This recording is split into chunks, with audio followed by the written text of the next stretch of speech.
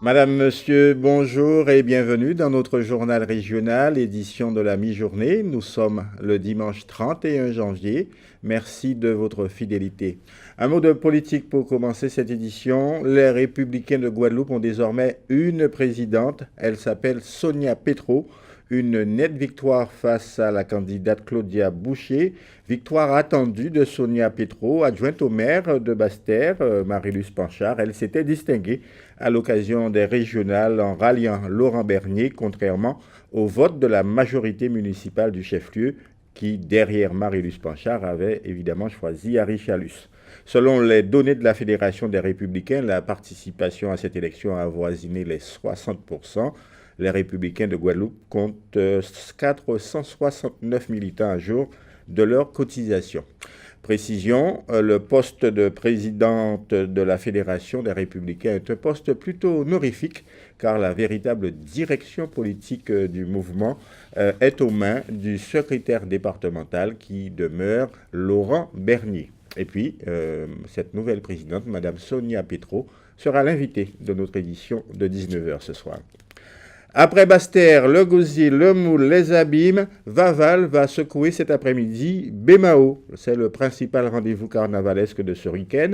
Il s'intitule d'ailleurs Bémao Mimas. Une quarantaine de groupes à pied est attendue sur un parcours où les organisateurs mettaient encore la main à la pâte au cours de la matinée. Le reportage d'Anne-Elisabeth Arsène. La grande parade Bémao Mimas s'apprête à célébrer sa 18e édition. Dernier réglage ce matin avant le coup d'envoi de la parade à 14h qui suivra un circuit défini bien en amont. La préparation, justement, l'habillement des différentes équipes qui vont évoluer sur le carnaval, la sécurité, les bénévoles et puis les partenaires qui sont avec nous. Autrement, c'est un circuit qui a été calculé déjà depuis quelques années, qu'on va essayer de remettre au goût du jour par rapport à la demande du public et puis certains événements qui doivent bientôt évoluer au sein de notre organisation, au sein du comité. Donc justement, on va essayer de, comme on dit, d'amener notre petite touche personnelle pour pouvoir amener à avoir un meilleur carnaval, déjà pour promouvoir le tourisme à Bémao et puis pour que nos citoyens soient satisfaits. Le comité de carnaval de la ville a aussi pensé à animer le Before Parade, tout un programme. Il y a ce qu'on appelle les temps faibles. Et justement pendant ces temps faibles, on a mis une animation au niveau du jury, au niveau du rond-point du Tamarinier et au niveau du rond-point EPN, de manière à ce que le public ne soit pas trop longtemps en attente. Donc une diversion de manière à faire patienter, je dirais, dans la bonne humeur et dans la joie et surtout dans la musique. Dernier accord peinture, mise en place des derniers éléments du décor, ajustement de l'espace jury. Toutes les équipes s'affairent activement pour que tout soit fin prêt pour accueillir les carnavaliers et une quarantaine de groupes, dont 2 venus spécialement de la Guyane pour cette grande parade. Alors, il y aura Bémao Mimas, mais n'oubliez pas également qu'il y aura une manifestation et une grande parade carnavalesque à Cap-Esther également cet après-midi. Les Guadeloupéens d'origine indienne ont commémoré hier une date importante de l'histoire de leur migration en Guadeloupe, la fin de l'engagisme, un système instauré dans les colonies françaises et britanniques pour pallier l'absence de main-d'œuvre consécutive à l'abolition de l'esclavage en 1848. Le 30 janvier 1889, un bateau à vapeur nommé le Nantes-Bordeaux livrait ainsi 599 travailleurs engagés en Inde. Ce seront les derniers de ce système. Hier donc à Cap-Esther-Bello, le Gopio Guadeloupe a organisé une manifestation à laquelle a notamment pris part une délégation martiniquaise. Le reportage de Karine Gielman. Première commémoration de la fin de l'engagisme indien à Cap-Esther-Bello. Le 30 janvier 1889, le bateau à vapeur, le Nantes-Bordeaux, livrait les 599 derniers engagés indiens dans la rade de Pointe-à-Pitre. Il mettait un terme ainsi à l'engagisme qui se caractérise par beaucoup de souffrance, beaucoup d'humiliation, beaucoup de violence et beaucoup de morts. Plus de 25 000 sont morts à l'âge moyen de 32 ans ici. Donc nous avons tenu à marquer cette date en commémorant pour la première fois d'ailleurs cette fin de l'engagisme en Guadeloupe.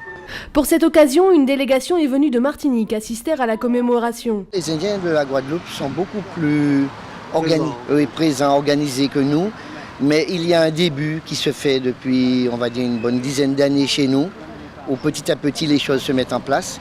Nous avons eu l'an dernier un événement important à la Martinique, après 162 ans de présence sur l'île, nous avons pu déposer une stèle qui commémore l'arrivée des Indiens en 1853. Un devoir de mémoire pour préserver, voire apprendre d'où ils viennent. Vous savez, ça fait pas longtemps, il y a une certaine dynamique qui s'est créée au sein de la population, de la composante indienne de la Guadeloupe. Et petit à petit, on est en train de d'abord connaître notre histoire, mieux connaître notre histoire. Et à travers cette meilleure connaissance, on découvre des dates importantes que nous sommes tenus de commémorer. Nous sommes en train de faire un travail en profondeur auprès des jeunes générations pour d'abord les aider à comprendre, à mieux connaître parce qu'ils ne connaissent pas véritablement leur histoire. Donc les amener à mieux appréhender cette histoire-là, mieux la raconter, mieux l'intégrer aussi pour pouvoir avancer parce que tant qu'on n'aura pas intégré cette histoire, on ne pourra pas avancer. C'est très, très, très difficile. L'envie de la communauté indienne de découvrir son identité est forte, une histoire venue d'Inde qui se développe au fil du temps en Guadeloupe. Il y a aussi le mois de l'Afrique qui est organisé actuellement et notamment à Pointe-à-Pitre. Et aujourd'hui, l'Institut des hautes études de Guadeloupe organise une conférence débat sur le thème du peuple noir dans ses diasporas, un thème récurrent chez les afrocentristes. C'est le cas d'Haïti qui est mis en exergue depuis ce matin. Karine Gelman. Le rôle des Haïtiens dans la vie guadeloupéenne, une place trop méconnue que l'IDS, l'Institut des hautes études de la Guadeloupe, entend bien explorer à l'occasion du mois de l'Afrique et pour l'association également le mois des afrodescendants. De la diaspora peuple noir, on met en image, on met en exergue une communauté de la grande communauté que sont les Africains et les afrodescendants. Et cette année, on a choisi de mettre en image, en lumière, tout ce que les Haïtiens ont fait pour l'histoire et font aussi pour l'économie de la Guadeloupe. L'occasion d'explorer la place qu'occupent les Haïtiens dans la société. La population haïtienne qui est constituée en communauté, qui est en train de se construire pendant des années, commence à prendre sa place dans la société guadeloupéenne. Et une place culturelle, on sait bien qu'entre Guadeloupe et Haïti, il y a beaucoup de choses en commun, partagées par les deux peuples. Et Haïti, avec sa particularité, apporte une contribution énorme au point de vue culturel dans la société guadeloupéenne. Au point de vue économique, nous savons bien comment les travailleurs haïtiens soutiennent l'agriculture en Guadeloupe. D'accord ? Et pour ce premier pan, l'apport des ouvriers agricoles dans l'agriculture guadeloupéenne. Or, un peuple ne vit pas sans l'agriculture, malgré les inventions modernes que nous avons. D'accord ? Et la deuxième chose, c'est au point de vue, par exemple, de circulation des biens. Donc, au point de vue du commerce, il y a pas mal des Haïtiens qui sont toujours très débrouillards pour pouvoir vivre avec des petits commerces. Et ça, ils jouent un grand rôle dans la société guadeloupéenne. De Toussaint Louverture à Maurepas, découvrir l'histoire haïtienne est un message important pour explorer l'histoire guadeloupéenne. Le message, c'est le message de tolérance, de la persévérance, de la résistance. Parce que notre histoire est faite de beaucoup de résistance. Donc ces grands hommes n'ont fait que résister, quelquefois, à des abominations de quelques-uns d'une classe. Donc ils ont su résister et souvent ils ont remporté la victoire. Apprendre à se connaître pour mieux avancer, c'est le leitmotiv de l'association. Un autre regard loin des clichés comme premier pas pour avancer dans notre histoire. Transition toute trouvée pour vous parler de cette histoire, l'histoire de cette jeune et belle femme que vous voyez sur vos écrans, l'histoire donc de la diaspora haïtienne. Elle s'appelle Dominique Anglade, elle fête aujourd'hui même ses 42 ans et elle vient d'être nommée ministre de l'économie du gouvernement provincial du Québec après avoir été élue en novembre dernier députée. Alors pourquoi vous en parler ? Pas seulement pour sa beauté, mais parce qu'elle n'est autre que la fille de Georges Anglade, ce fameux géographe, écrivain et homme politique haïtien, décédé avec son épouse lors du terrible séisme de janvier 2010. Georges Anglade avait été un farouche opposant des Duvalier, père et fils, et dans les années 70 avait été contraint à l'exil au Québec, d'où cette progéniture. Il est revenu en Haïti dans les années 90. Il a été ministre de Jean-Bertrand Aristide, puis conseiller de René Préval. Sa fille, donc Dominique, est ingénieure. C'est une femme d'affaires également. Et puis elle est également entrée en politique il y a quelques années au sein du Parti libéral du Canada. Voilà qui nous emmène à parler de l'actualité dans notre grande région de la Caraïbe. Le Conseil citoyen pour la sécurité publique et la justice pénale est une organisation non gouvernementale mexicaine qui publie chaque année une étude sur la violence urbaine dans le monde, dans les villes de plus de 300 000 habitants. Les résultats de cette étude ont été publiés cette semaine et ont montré que Caracas est la ville la plus violente du monde, avec plus de 119 homicides volontaires pour 100 000 habitants. Ce niveau de violence serait l'une des conséquences de la cuisante défaite électorale essuyée en décembre 2015 par le parti de Nicolás Maduro. À cela s'ajouterait la grave crise économique dans laquelle est plongé le pays depuis la chute drastique du prix du pétrole. L'étude nous apprend également que parmi les 50 villes du monde les plus violentes, 41 se situent en Amérique latine, dont 21 villes pour le seul Brésil. La date a été fixée. Ce sera le 4 mars que s'ouvrira le procès du président du Suriname, Désy Bouterse, concernant les massacres du 8 décembre 1982. 23 autres suspects comparaîtront également. Ce procès jugera les présumés coupables de la mort de 15 opposants au régime militaire du président Bouterse, assassiné le 8 décembre 1982 dans le fort Zeelandia à Paramaribo. Parmi les victimes, des avocats, des journalistes et des militaires. En protestation, le gouvernement des Pays-Bas a suspendu l'aide au développement du Suriname. Jusqu'à ce jour, les circonstances dans lesquelles ces 15 personnes ont été tuées n'ont pas été élucidées. La direction de l'armée déclara qu'elles avaient été abattues alors qu'elles étaient en fuite. D'autres sources parlent de torture, de meurtre, d'exécution sommaire, ainsi que de la présence de Désy Bouterse lui-même, ce qu'il a toujours démenti. Shell a-t-il perdu espoir de trouver du pétrole au large de la Guyane ? Dans 4 mois, Shell France se retirera de la Guyane, où l'entreprise exploite depuis 3 ans une plateforme offshore d'exploration-production d'hydrocarbures. Pour rappel, Shell a mené une première campagne d'exploration au large de la Guyane suite à l'obtention du permis de recherche dit de Guyane maritime en 2011. Mais les 4 forages réalisés entre 2012 et 2013 ont été infructueux. Cette exploration devait être menée en contrepartie de retombées économiques pour la Guyane. Sur une enveloppe de 2 millions que Shell a dégagée pour la recherche marine, il reste un reliquat de 380 000 € mis à la disposition de la préfecture et de l'exécutif régional qui doit être utilisé avant mars 2016. Un projet d'électrification de carbet collectif non électrifié à 3 seaux au Oyapock était initialement prévu, mais face aux délais très courts, les fonds ont été réorientés vers l'enseignement supérieur. Hélène Sirder, première vice-présidente de la CTG, assure cependant que le projet 3 seaux sera bien financé, mais dans le cadre d'un autre fonds, la PPE, Programmation pluriannuelle de l'énergie. Shell se retire des eaux de Guyane, mais le groupe Total semble lui intéressé pour continuer l'exploration guyanaise.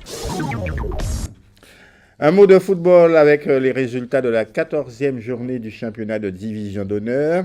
Dans l'ordre, le CA Marquisa qui a donc défait le Sirocco 2-0, match nul entre le Red Star et le CSM 0 partout. Et puis cette 14e journée a été marquée par la défaite de l'USR face à l'Arsenal 2-1. Défaite donc du leader de ce championnat. La Gauloise et la Solidarité scolaire ont fait match nul 1 partout. La Juventus a battu l'Amical Club de Marie-Galante 1-0. Match nul hier soir entre l'USBM et Gourbert 0 partout. Le Phare du Canal a été contraint au nul 2 partout par l'Étoile de Mornalo, classé dernier du championnat. L'USR donc demeure toujours leader malgré sa défaite. Par les temps qui courent, les associations, les écoles doivent redoubler d'intelligence et d'imagination pour pouvoir financer leurs activités. L'exemple aujourd'hui avec l'école Joseph Ignace à Anquetil aux Abîmes, donc, qui a organisé hier une manifestation un peu particulière. Le reportage d'Éric Pommier. Contribuer à l'épanouissement sportif de ses élèves, l'école élémentaire Joseph Ignace a régulièrement une petite idée. Les projets en effet ne manquent pas, seul le nerf de la guerre fait défaut. Association de parents d'élèves et l'UCEP travaillent ainsi de concert, objectif, mener à bien quelques opérations innovantes et originales. On a préparé un marché au vélo. Un marché au vélo, voilà le thème retenu cette année, l'essentiel est de récolter des fonds. Une foire culinaire est inscrite au programme. Au menu, soupe à Congo et colombo de poulet, de quoi faire saliver les papilles des généreux participants. L'argent récolté, rappelle l'UCEP, permettra aux enfants de pratiquer une activité sportive au sein de l'école et hors école, à la fois sur le temps scolaire et hors temps scolaire. Nous profitons aussi du marché au vélo pour vendre, acheter, prêter, en fait, réparer les vélos pour évidemment des familles plus modestes dont les enfants n'ont pas de vélo. Et donc, les dons numéraires sont les bienvenus pour financer les sorties. La plus importante, celle programmée fin mai début juin intitulée Petit Tour UCEP, autrement dit un mini-tour de la Guadeloupe, bien sûr à vélo. Nous profitons de cette occasion pour y participer, pour emmener les enfants faire du vélo dans des conditions réelles, évidemment toute sécurité. Et donc, ils ont l'occasion de découvrir leur pays en état à vélo, découvrir les conditions, on va dire, de vent, les conditions météorologiques, découvrir aussi les terrains, donc les côtes, les descentes. Bref, un programme alléchant qui permettra aux parents des élèves de l'école élémentaire Joseph Ignace d'être heureux d'avoir contribué à la réussite d'une opération rondement menée. Avant de nous séparer, le temps qu'il fera cet après-midi, il y aura du soleil essentiellement sur la Grande Terre et les îles. Malheureusement, quelques nuages et des averses annoncées sur la zone des Grands Fonds, mais également sur le nord Basse-Terre. Attention un peu à Bémao, la côte sous le vent également. Les températures seront comprises entre 25 et 27 degrés. Dans un instant, notre rubrique Innovation qui sera suivie du journal de TF1 et de nos magazines, reportages et grands reportages, et puis un peu plus tard d'ailleurs, du sport avec Turbo. Je vous retrouve à 19h pour notre prochain rendez-vous avec l'actualité régionale. Excellent après-midi sur Alizé.